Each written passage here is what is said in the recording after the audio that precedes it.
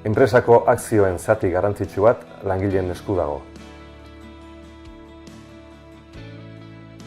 Horrek, kanpotik etorri daitezken inbertsoren asmoak baldintzatzen ditu.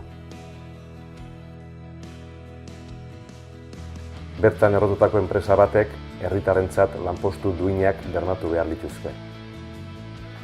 Jabetzaren zate bat izateaz gain, erabakietan ere parte hartu behar dugu.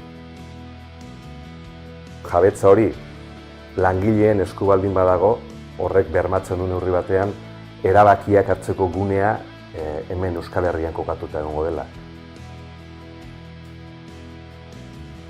Kartera sozialek sendotu egiten gaitu.